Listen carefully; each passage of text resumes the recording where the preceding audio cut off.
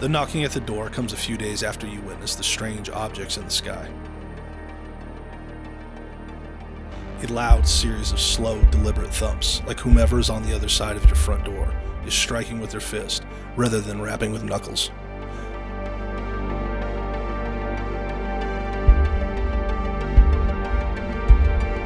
On your very doorstep are three sinister, pale-skinned men dressed in old-fashioned black suits, thin black ties, sunglasses, and starched white shirts. They wave official-looking identification in front of your nose and give you a choice. Let them inside or come with them. The uninvited men are intimidating, even frightening. They exude menace and mouth threats in cold monotones.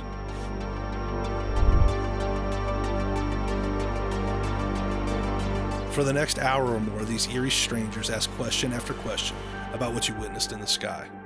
Who are you with? Who have you told? And with real malice in their voices, they demand you hand over any photographic evidence in your possession. And then, too late, you realize these visitors are the men in black. Finally, they leave as abruptly as they came, pausing at your door only long enough to issue an unambiguous warning. You will stop talking about UFOs, or you will be harmed. This has been the chilling experience reported by hundreds of UFO eyewitnesses. In this documentary, we will show you how terrifying encounters with these so-called men in black not only are much more common than previously thought, but also come from all over the world and quite possibly stretch back down the centuries. It's possible that the modern understanding of the men in black, the mysterious figures that would become the subject of fascination in UFOologists, conspiracy theorists, the highest level of government, and eventually break into mainstream popular culture, can be traced back to one day, June 27, 1947.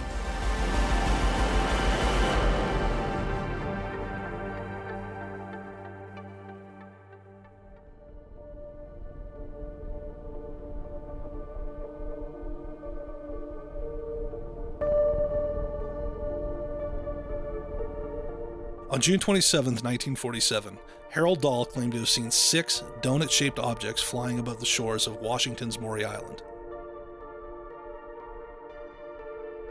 Dahl's account stated one of these objects seemed to malfunction, with parts flying off and metallic debris hitting his son Charles on the arm, as well as striking the family dog who did not survive the ordeal. Dahl was able to get some pictures of the aircraft with his camera during the encounter, which he later showed to work colleagues. The following morning, Dahl was visited by a man in a black suit claiming to be a government agent. Despite the man presenting his ID, Dahl was leery of letting the man into his home, so he smartly suggested they conduct their conversation across the road in a busy diner. Regardless of the risk of being overheard, the man in black threatened Dahl to cease talking about what he may or may not have witnessed in the skies. His threats were punctuated with details of Dahl's private life, the name of his wife and child, his place of work, the times he left in the morning, and the times he returned home at night. After that, Dahl began to claim that he made up the entire UFO incident.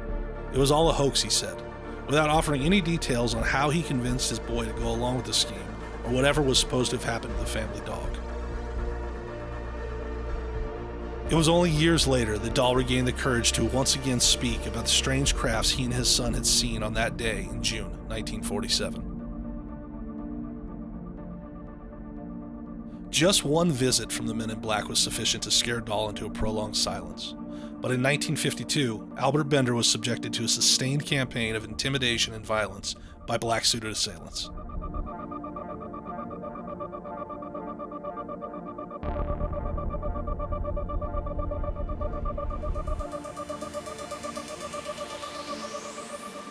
Albert Bender would have been a notable contributor to UFOlogy even if he'd never found himself the target of MIBs.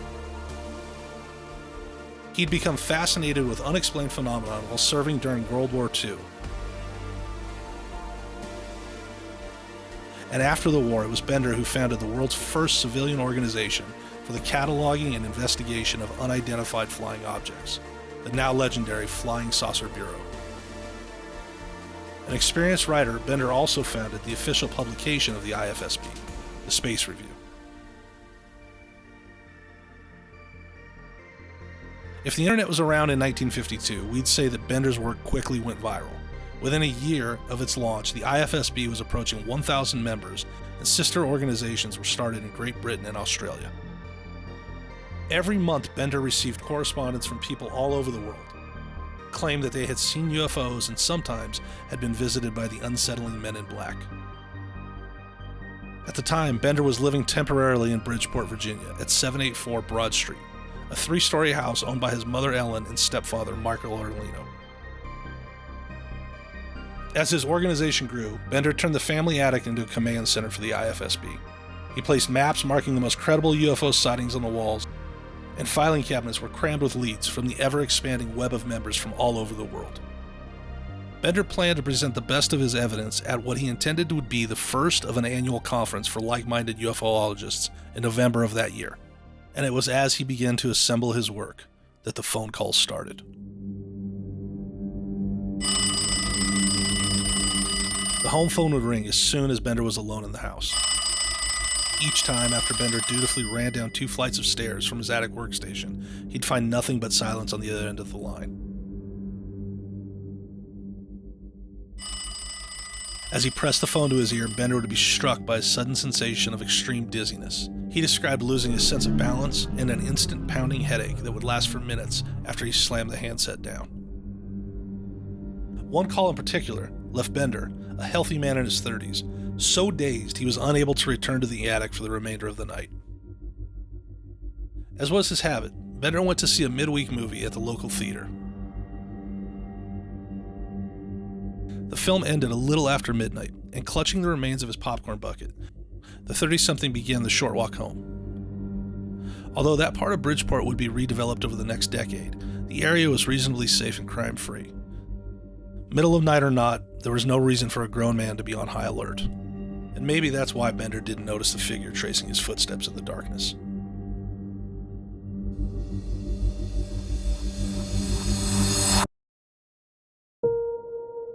But as the movie theater's marquee lights shot off behind him, he felt a sense that he was being stalked.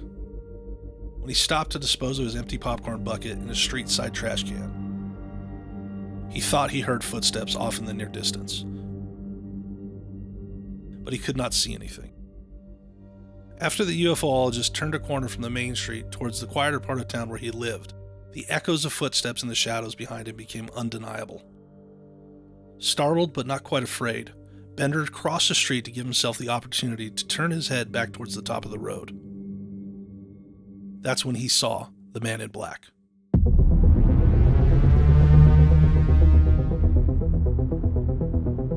The man was very tall and thin. His skin was pale white, and there was something very odd about his appearance.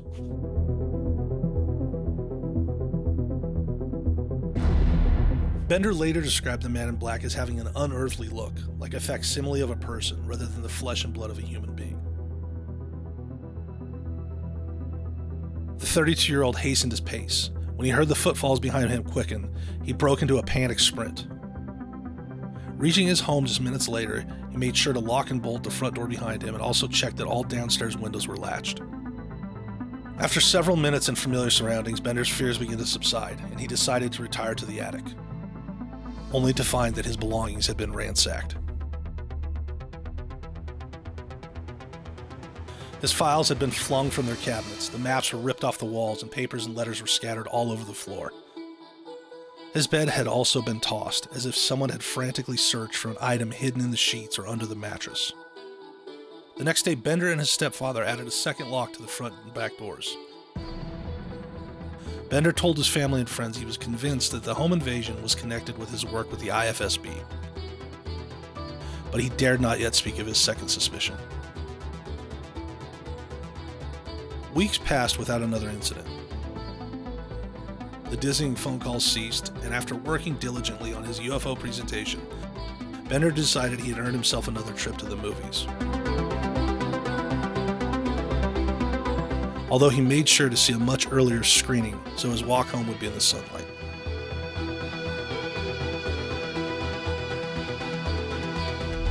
For an hour, Bender lost himself in the film, forgetting the odd phone calls, his terrifying race through the darkened streets, and the home invasion.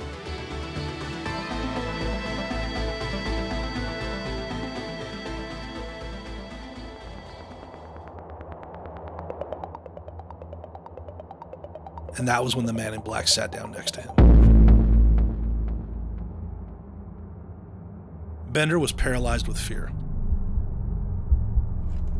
Out of the corner of his eyes, he could see the dark figure was staring at him as the movie played on. The man was just inches away and in full view of a dozen or so other moviegoers in the auditorium. Bender sat terrified, unsure of what to do, until after several minutes the figure got up and left.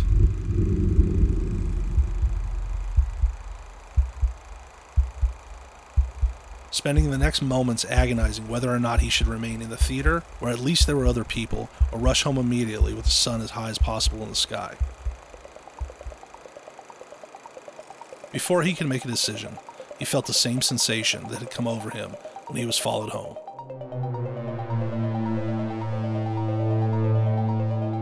A sense that he was being watched by unfriendly eyes. He turned his neck towards the exit. The man in black who had been sitting next to him was now standing in the doorway, staring directly back at him. A terrified Bender made for the other exit, checking over his shoulder every few seconds as he ran the entire way home. It was clear the man in black was attempting to scare Bender. And even though the young man was afraid, he was also determined to hold true to the IFSB's mission. In the July issue of Space Review, he promised the international UFOlogy community a startling revelation would be revealed at the first annual IFSB convention, which is now set for November. Perhaps Bender intended to publish a full account of his encounters with the man in black. But whatever the revelation was, it never saw print. Within months, Space Review ceased publication, and Bender stunned the IFSB's 1,000 American members by announcing he was disbanding the organization. In his final Space Review editorial, dated October 1953, Bender ended with this cryptic message to his fellow truth-seekers. The mystery of the flying saucers is no longer a mystery. The source is already known, but any information about this is being withheld by orders from a higher source. We would like to print the full story in Space Review, but because of the nature of the information, we have been advised in the negative. We advise those engaged in saucer work to be very cautious.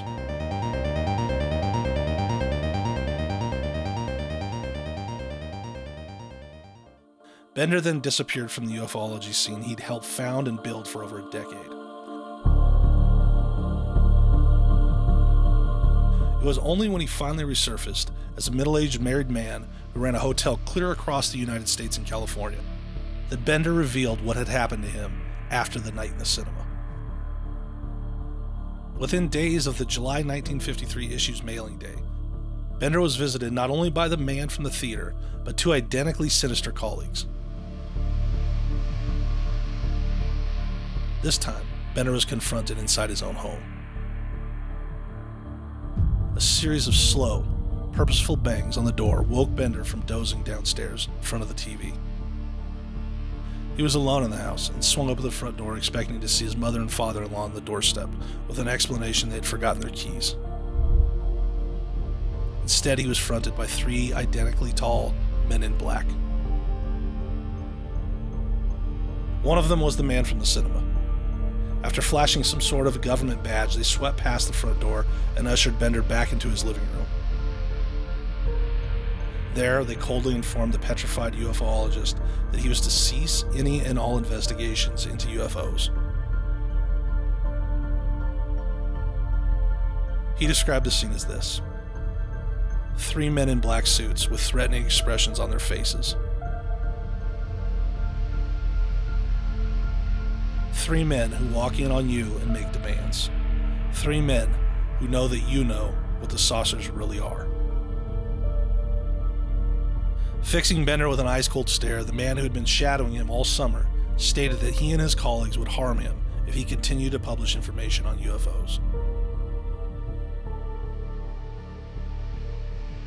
Many people, Howard Dahl for example, would have been scared off by a single visit by these MIBs. Bender had been subjected to months of intimidation tactics, but had been determined to continue his work for the IFSB, and perhaps that directly resulted in the MIBs responding with a show of force. as if three strangers pushing their way into Bender's home wasn't enough.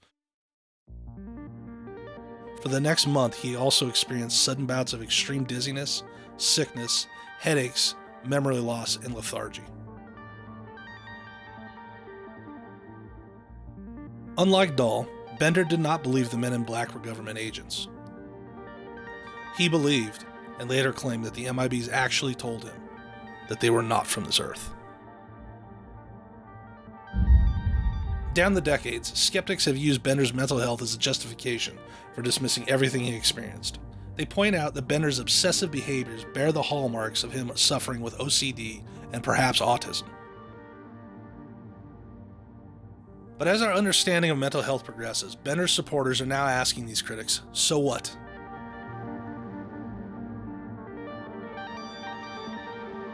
We now understand that many so-called mental illnesses are not only much more common in the population, but may actually be the driving force for many successful people's contributions to society.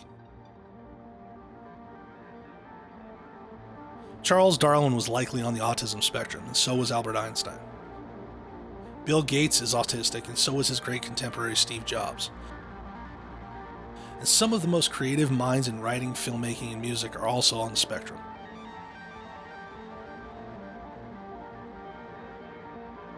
Yes, Bender was obsessed with getting to the bottom of the UFO mystery. But what other type of person could build an organization as large as the IFSB so quickly?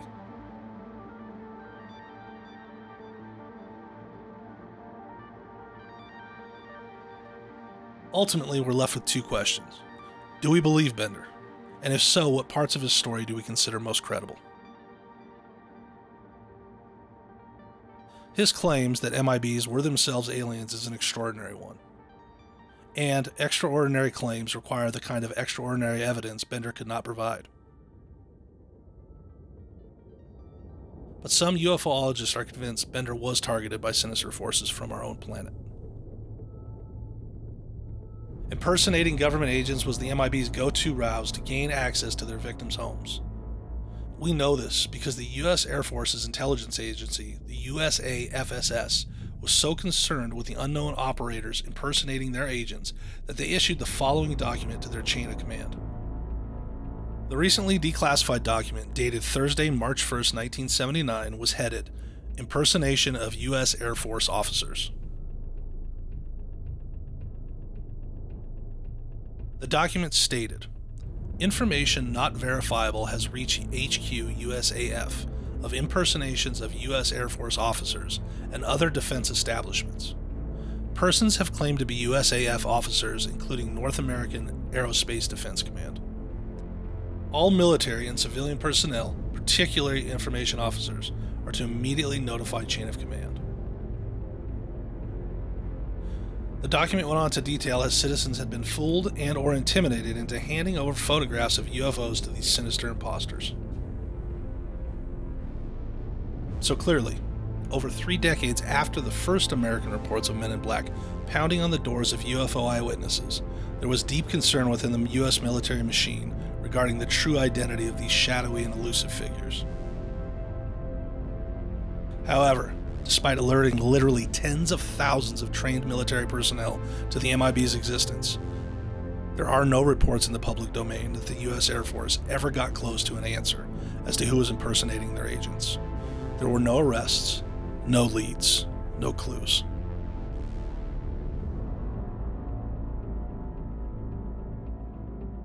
In 1968, an ordinary citizen did manage to capture rare photographic evidence of a man in black.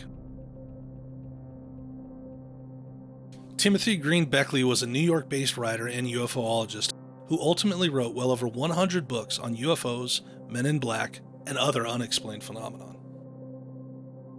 In 1968, Beckley's friend and fellow UFOologist Jim Moseley called to say that he and his wife had been experiencing strange phone calls, sudden bouts of dizziness, and had been followed around town by individuals clad head to toe in black.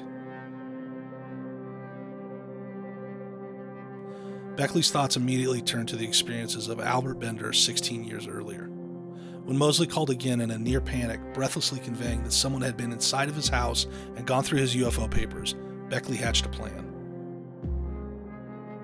After walking the streets surrounding his apartment until he sensed he was being tailed, Mosley returned home, but at the last second ducked into his car to hide along with awaiting Beckley. They didn't have to wait long. Peering from the car windows, the two friends watched the MIB strike down the road and take up a position hidden in a doorway opposite the Mosley residence. This was it. As Mosley started the car, Beckley grabbed his camera and at 20 miles an hour leaned out the back seat window and snapped a picture of the man dressed in black.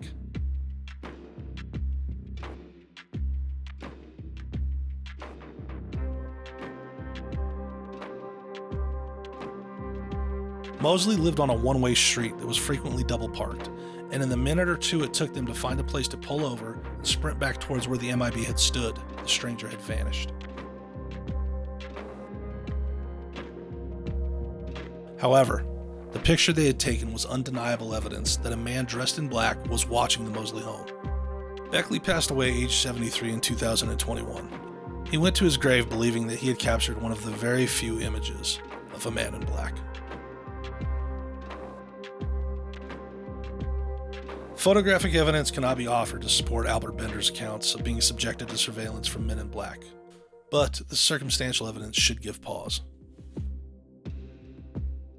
Whether you believe in coincidence or not, the fact is that just 6 months before Albert Bender was being pursued through the darkened streets of Bridgeport after his midnight movie, the American Central Intelligence Agency had formed a special unit to investigate UFOs and UFOologists.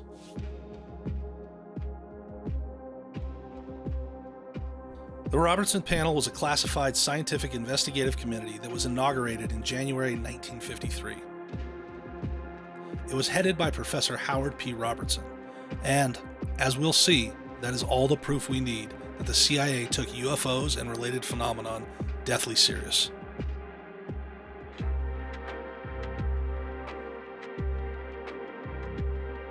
The report was declassified decades later. We know that the Robertson Panel report concluded that UFOs were not a direct threat to national security.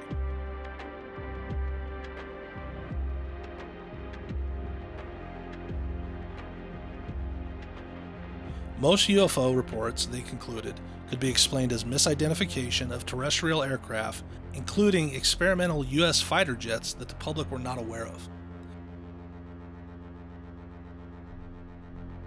However, Robertson had several concerns about the UFO phenomenon, posing what he called an indirect threat to the United States.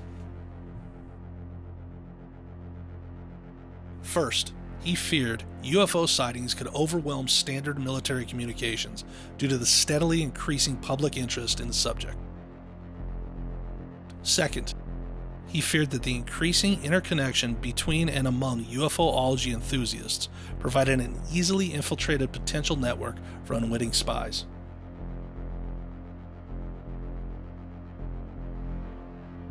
Specifically, the report was concerned that Soviet agents could, or perhaps already had, infiltrated organizations like the International Flying Saucer Bureau, and from within would begin focusing literally hundreds of eyeballs on the skies around the U.S. Air Force bases.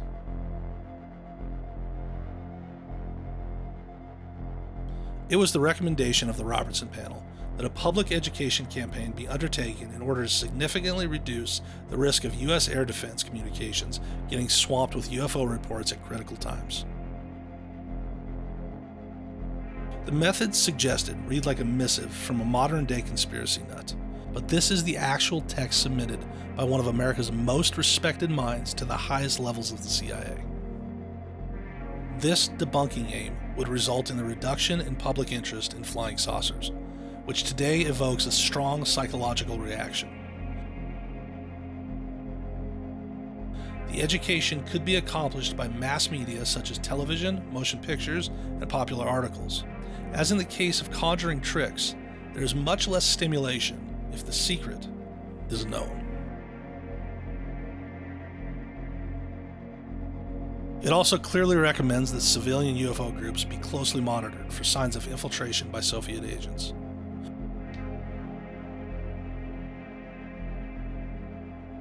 The panel noted that propaganda based on a subject with so many obvious possibilities for exploitation might indicate a possible Russian official policy. Just 6 months after those words were written, the intimidation campaign against Albert Bender began. What is interesting to note that today, all of the physical symptoms that the Men in Black inflicted on Bender in that terrifying final confrontation in his home, the dizziness, the inability to think straight, the headaches, and sudden nausea, all sound eerily like Havana Syndrome. Havana Syndrome was first experienced by American diplomats serving in Cuba in 2016. But in the years since, well over 100 Americans serving at various posts overseas have fallen ill with its symptoms. Havana Syndrome was initially thought to be the result of a Cuban biological attack, but the U.S. intelligence community has concluded it is instead the results of a targeted sonic weapon.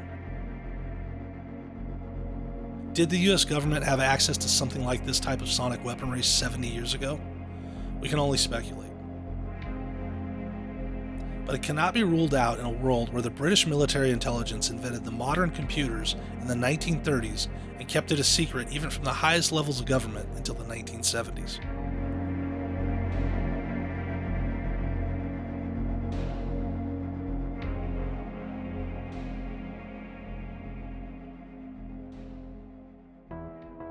What we do know for sure is that Bender was not a sickly man.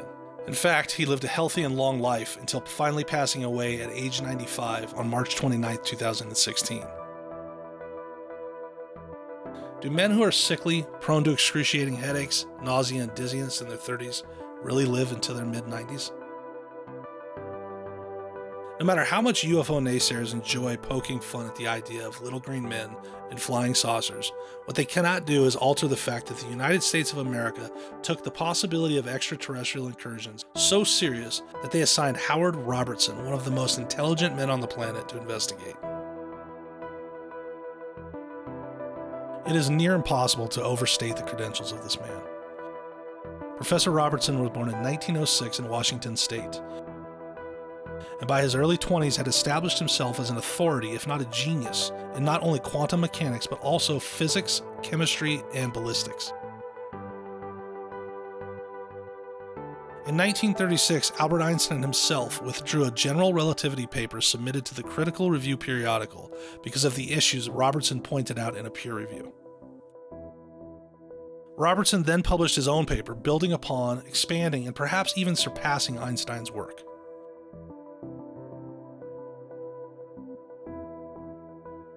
At the outbreak of World War II, Robertson was quickly recruited by U.S. intelligence, where he not only served to keep Americans safe from Axis power rockets, but also served as a chief science advisor for the National Defense Research Committee. As the war went on, he was later dispatched to London to help interrogate German scientists on the Third Reich's ballistic and atomic capabilities.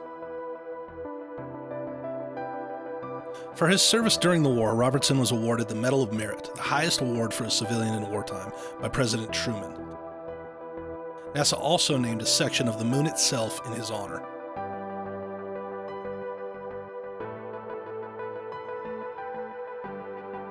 This was the caliber of man who the CIA entrusted to investigate the UFO sightings in the 1950s. Which brings us to his final recommendation on how to deal with the public's growing interest in UFOs. One of the greatest minds in America, whose genius helped the Allies defeat Nazi Germany, a man whose intellect forced Einstein himself to back down. This man advocated that the U.S. government work with the mainstream entertainment industry to influence public opinion away from seeking answers about UFOs. The Robertson panel specifically noted that pop culture would be an effective delivery system for disseminating propaganda.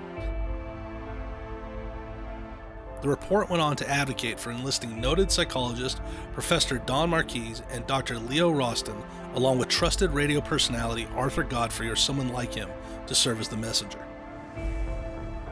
The report even specifically suggested that Walt Disney Company be co-opted to help, quote, spread the gospel that there was nothing to reports of UFOs.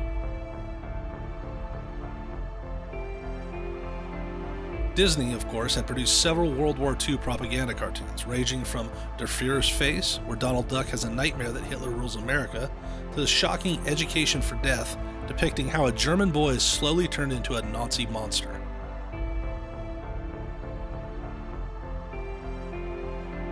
These were groundbreaking pictures and highly effective propaganda at the time, and De Fuhrer's face won an Oscar at the 15th Academy Awards. But more modern audiences are much too sophisticated to be swayed by such on-the-nose grandstanding. So how then, to quote Robertson, would the gospel that strange lights in the sky and sightings of highly advanced aircraft weren't even worth a second thought be brought to generations X, Y, and millennials? We think we can provide an example. In 1998, Hollywood released not one but two summer blockbusters about an imminent threat of near-Earth asteroids.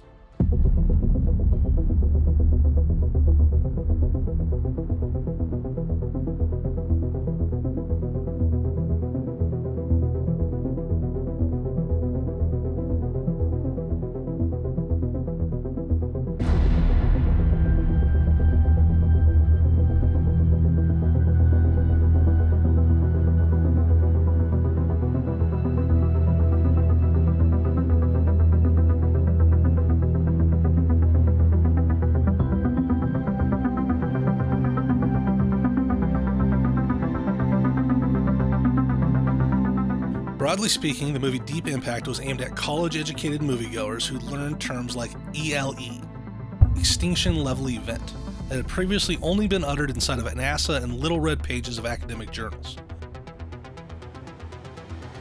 The second movie, the Bruce Willis and Ben Affleck action flick Armageddon, was aimed squarely at what movie executives euphemistically called popcorn audiences.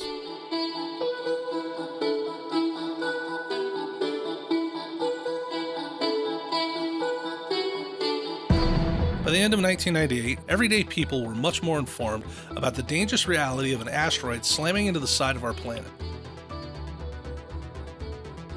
The idea of an asteroid, of all things, posing a danger to humanity was previously thought of as absurd.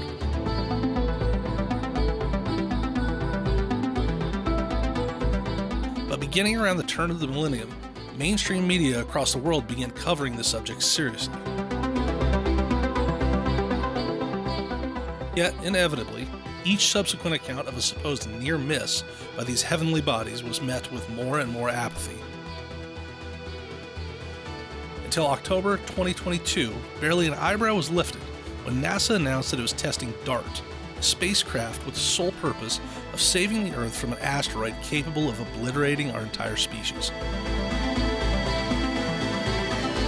In less than 2.5 decades, the idea of asteroids posing a grave threat to our way of life was introduced, taken from absurd to science fiction, to plausible science fiction, all the way to an accepted fact of life.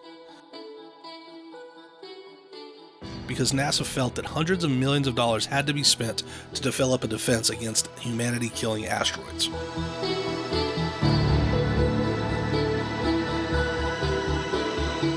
Many ufologists believe that since Robertson's recommendation, pop culture has been manipulated exactly like this to make the general population grow ever more open to the idea that aliens are present on planet Earth.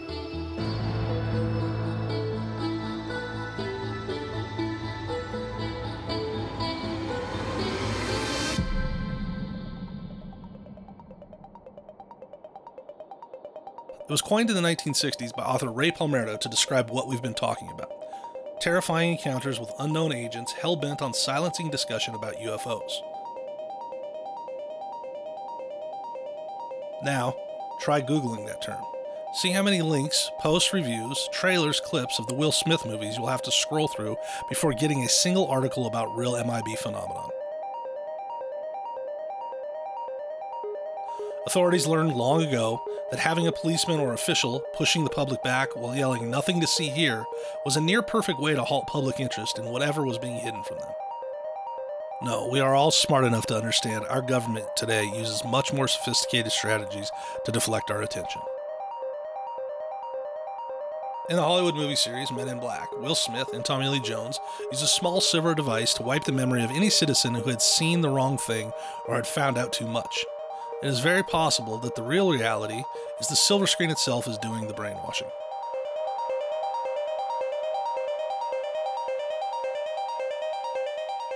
The Men in Black movie was based on a little-remembered comic book that was published by Malibu Comics early in the 90s. In the books, and in a nod to conjecture, that in previous eras darkly clad strangers would be perceived as manifestations of the supernatural. The Men in Black agency handled incidents of paranormal as well as extraterrestrial nature.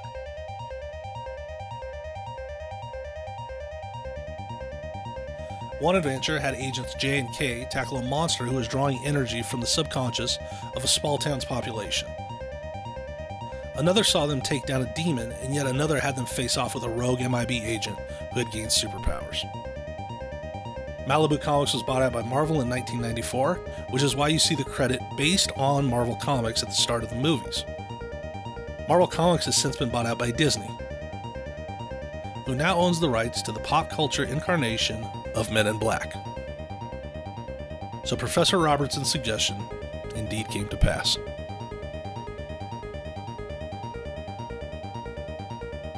Some ufologists have drawn a link between the Men in Black and unexplained mysteries from previous eras. The idea of life on other planets didn't enter the public consciousness until the late 1800s, when authors like H.G. Wells imagined invasions from malevolent forces from across the void of space. These authors invented science fiction.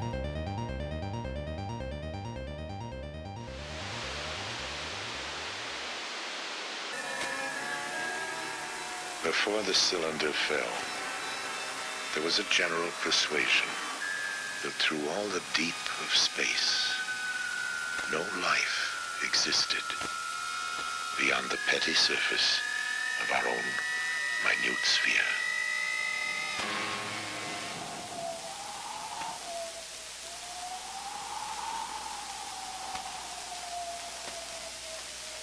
We know now that in the early years of the 20th century, this world was being watched closely by intelligences greater than man's. Across an immense ethereal gulf, minds that are to our minds as our minds are to the beasts in the jungle. Intellects, vast, cool, and unsympathetic, regarded this earth with envious eyes. And surely drew their plans against us. Hello, I'm Orson Welles, and I've been quoting from another Welles, no relation, H.G. Wells, the distinguished novelist, historian, prophet, who was also the great master of science fiction. He wrote The War of the Worlds, on which was based a certain notorious radio broadcast, which, as some of you may remember, sent many thousands of our listeners panicking into the streets all over the country. H.G. denounced me for doing it, but later when he realized that our broadcast, like his story, was not intended to cause riots, but just to entertain, we got to be good friends. And I was forgiven. Whether all those people who jammed the highways and even took to the hills to escape the Martians have forgiven me is another matter. This is it. We thought that this was it.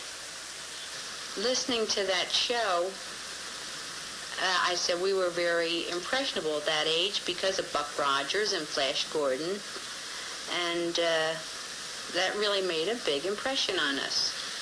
One fellow in particular who owned a store took the money from his cash register and loaded his car up with food and took off for the mountains and left his wife and children at home.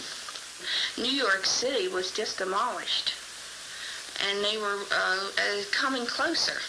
All of North Jersey is an inferno, and they are proceeding south. Well, quite a lot of things have happened in the world since then. An invasion from the planet Mars, that at least is one thing that didn't happen. But in a way, you know, we have been invading Mars. If Mars hasn't exactly been invaded, well, it's certainly been investigated, not attacked, but thoroughly, very thoroughly studied.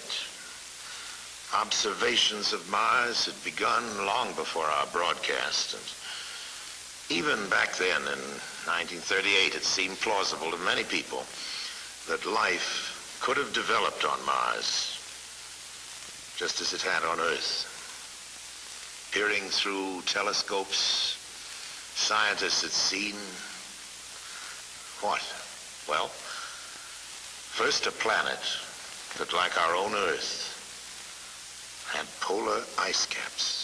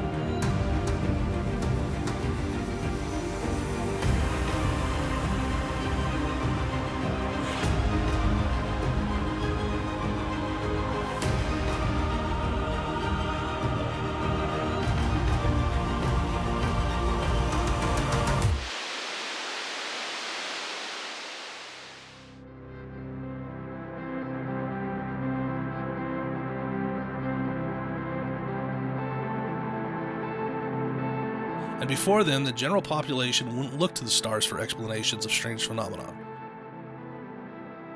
They would have instead turned to the supernatural. The historical records of the British Isles are the delight of historians around the world.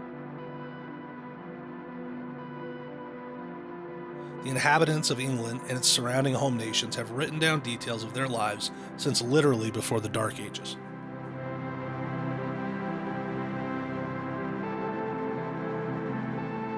Among the details of ancient battles, marriages, births and deaths, weather reports, and the rulings of a court dispensed in the king's justice, there are notes of a far less mundane variety.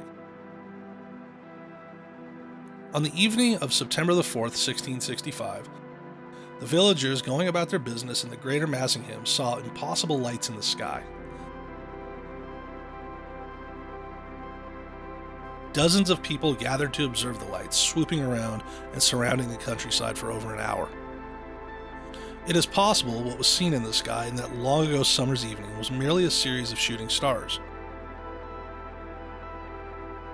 Or, as one skeptic suggested, it was the light from the Great Fire of London, which was raging 100 miles to the south, reflecting off ice crystals within cirrus cloud formations.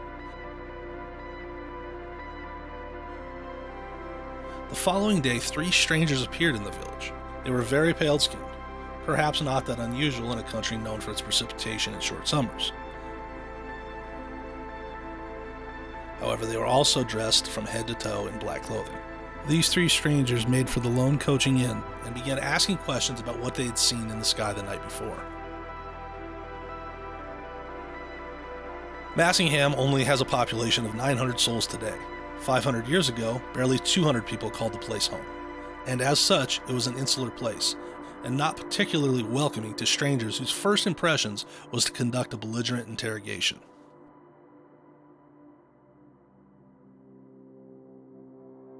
Before long, local hardman Giles Berkshire sat down his warm beer, walked the length of the inn, and informed these strangers that they were not welcome. The 3 men did not show emotion, as Berkshire followed them outside.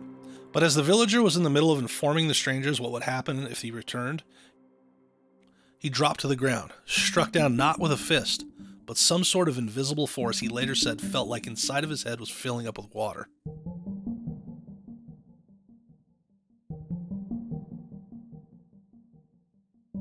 As the shocked patrons of the inn emptied out into the courtyard, one of the 3 strangers spoke.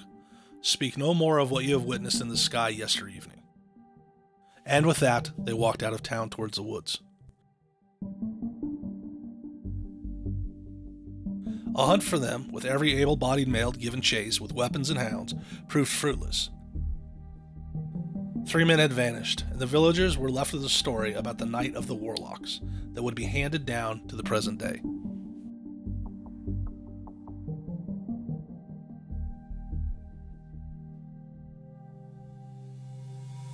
A similar story from the same year, this time from near the English-Scottish border, claimed 2 pale-skinned and darkly clad men attacked a farmer after being unsatisfied with his recollections of a shooting star earlier that month.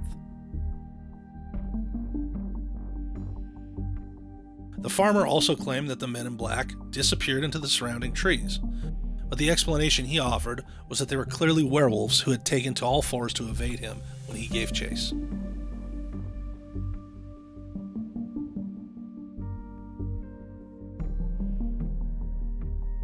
It is possible that historical accounts of warlocks, werewolves, fairies, and other supernatural creatures with their dark clothing, blazing red eyes, and pasty white skin were in fact accounts of visitations from men in black.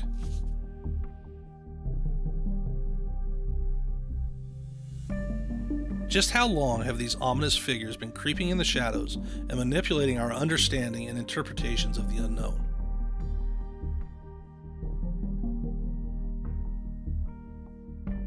Take, for example, Spring-Heeled Jack, an infamous figure from British folklore who terrorized a nation beginning with his first appearance in 1837.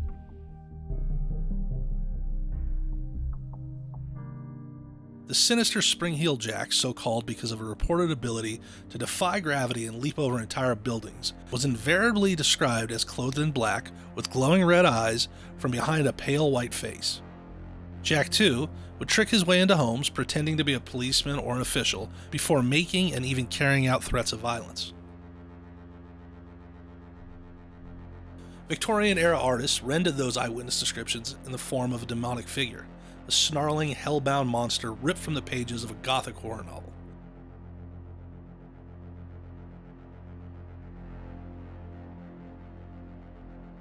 But isn't it possible that a modern-day artist would take that same description, the black clothing, the pale skin, and draw something very close to our modern understanding of a Men in Black?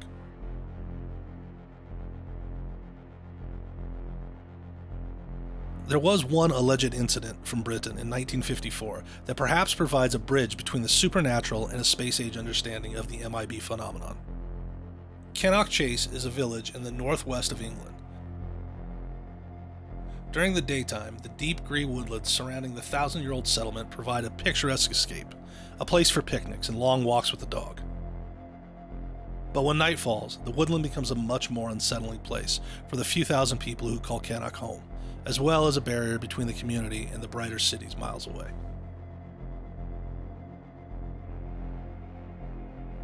Cannock Forest has been the backdrop for literally dozens of alleged paranormal events and folklore, with sightings of demons, werewolves, and vampires dating back to the Dark Ages.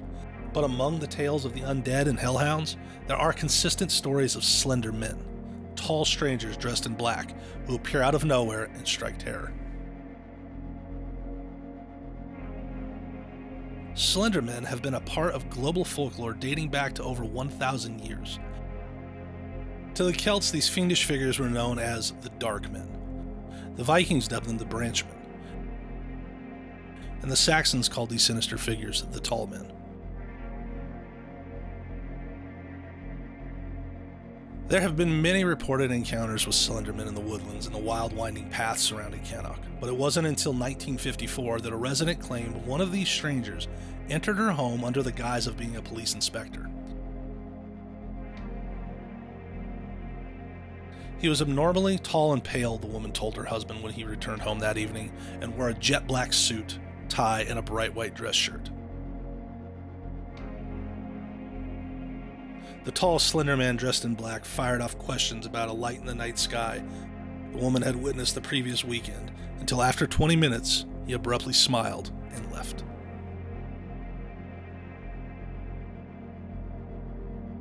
The woman watched a stranger walk slowly down the street, and rather than getting in one of the cars parked there, he continued to walk towards the woodlands.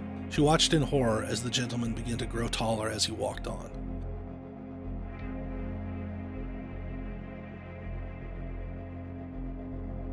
By her estimation, the man was over 7 feet tall when he disappeared into the trees.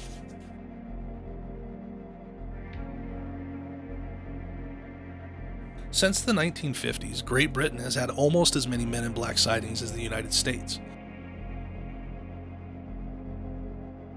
Instead of claiming to work for the FBI or CIA, in Britain, the MIBs almost uniformly claim to have been dispatched on official business by the Ministry of Defense. The catch-all term for the various arms of the British Secret Services, including MI5, MI6, GCHQ, and various other agencies that are believed to exist. It has become common for former heads of the FBI and CIA to make public speeches, issue press releases, and give media interviews. Several have even gone on to write books or spend their retirements making regular appearances as talking heads on cable news. The British Secret Service, however, do things very differently. Despite the popularity of the character James Bond, the British government denied there even was such a thing as MI5 or MI6 for the first 7 decades of its 2 largest spy agencies.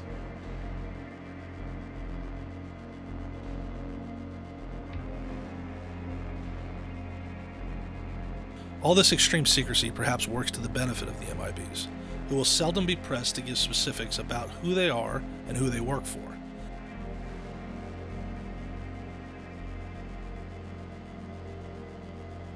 Simply stating they are on the Minister of Defense business will be understood to be the limits of what a genuine British agent could disclose.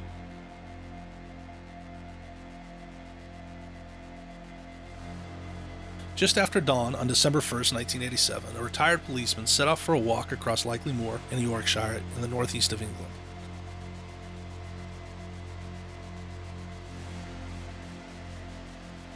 As an amateur photographer, he was keen to take pictures of the freezing fog that engulfs the moors in the winter. As a precaution against getting lost, he always took a compass. 90 minutes into the wilderness, he came across a startling figure. At a distance, the ex-cop noted that the figure was short, perhaps only 4 feet tall, with an oversized head and extremely elongated arms. He immediately snapped a photo, which has come to be regarded as one of the most convincing in the history of UFOlogy. After making a gesture with its hand that may have meant to convey "stay away," the creature turned and disappeared into the fog.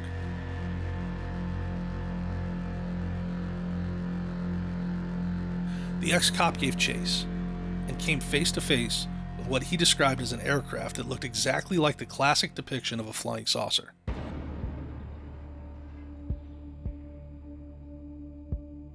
The craft took off in silence, leaving the man alone once more in the foggy moors. The ex-cop noted that his compass needle was spinning for many minutes after this encounter. The man contacted several famous British UFOlogists along with a local newspaper, critically explaining he wanted neither publicity nor the potential ridicule his claim would invite from his former colleagues at the British police. He insisted a pseudonym, Philip Spencer, be used and the village he lived in not be published. Nevertheless, less than a month after, there was a knock at Spencer's door. 2 unsmiling men in dark suits thrust identification cards in Spencer's face as they pushed their way into his home. These mysterious men interviewed Spencer about the incident on the moor for over 1 hour. At the conclusion of their questioning, the 2 men demanded the photograph Spencer had taken be handed over. Spencer did so. But then the men also insisted on taking possession of the negative. Spencer found the men in black intimidating. But given his long career on the police force, this wasn't the first time he'd been in a room with scary men.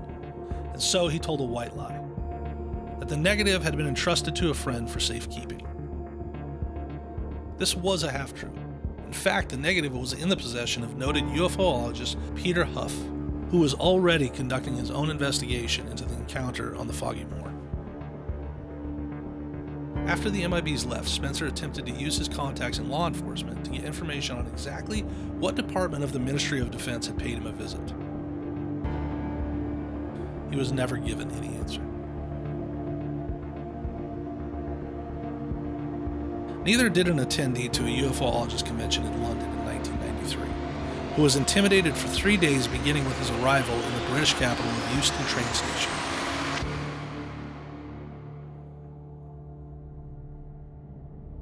conference's keynote speaker had barely disembarked when he was surrounded by 3 odd-looking men dressed in old-fashioned dark clothing.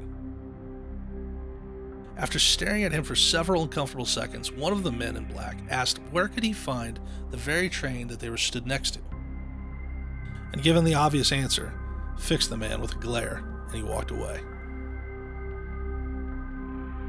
The UFOologist continued his journey to the Central London Hotel where the UFO conference would be taking place, and was alarmed to find the 3 men in black sitting in the hotel lobby staring at him. The ridiculous question at the train station was clearly a means to ensure that the UFOologist would remember these 3 men,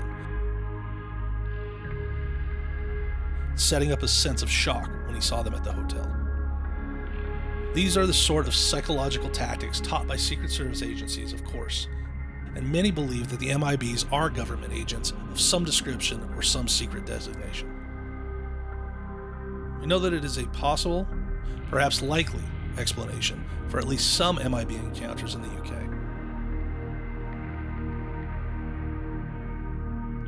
In 1999, upon the death of his grandfather, who had sworn him to secrecy, a British man made a very specific Freedom of Information request to the National Archives. His grandfather had served in the Royal Air Force during the Second World War, and while returning from a dogfight with the Germans over the English Channel, he encountered a circular UFO that matched his Spitfire plane for speed for several minutes.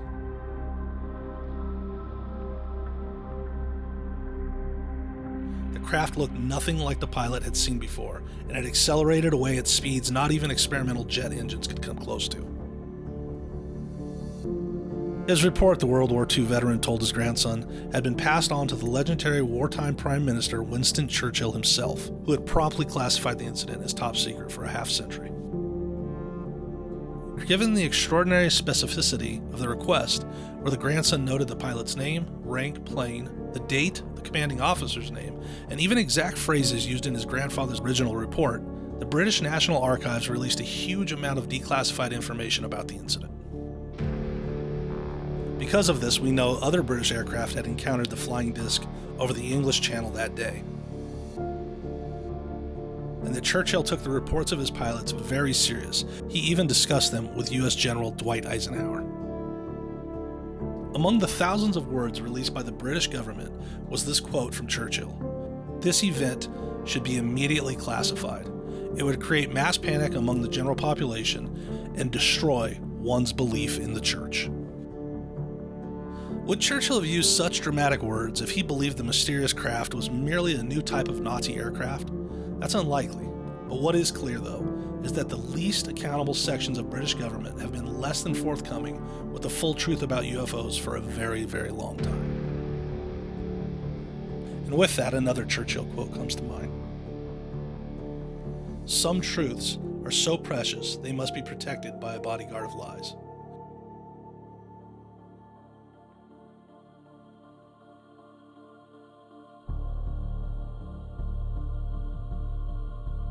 Those bodyguards may have been the very men who came calling on people like Philip Spencer and Albert Bender and purposefully spook UFOologists in their living rooms or London hotel lobbies. And, if the 1665 accounts from Greater Massingham are to be believed, perhaps these bodyguards of truth have been on the job for a very, very long time. No single theory will ever account for every encounter with the men in black, and nor should we look for a catch-all explanation for a phenomenon that spans centuries as well as continents.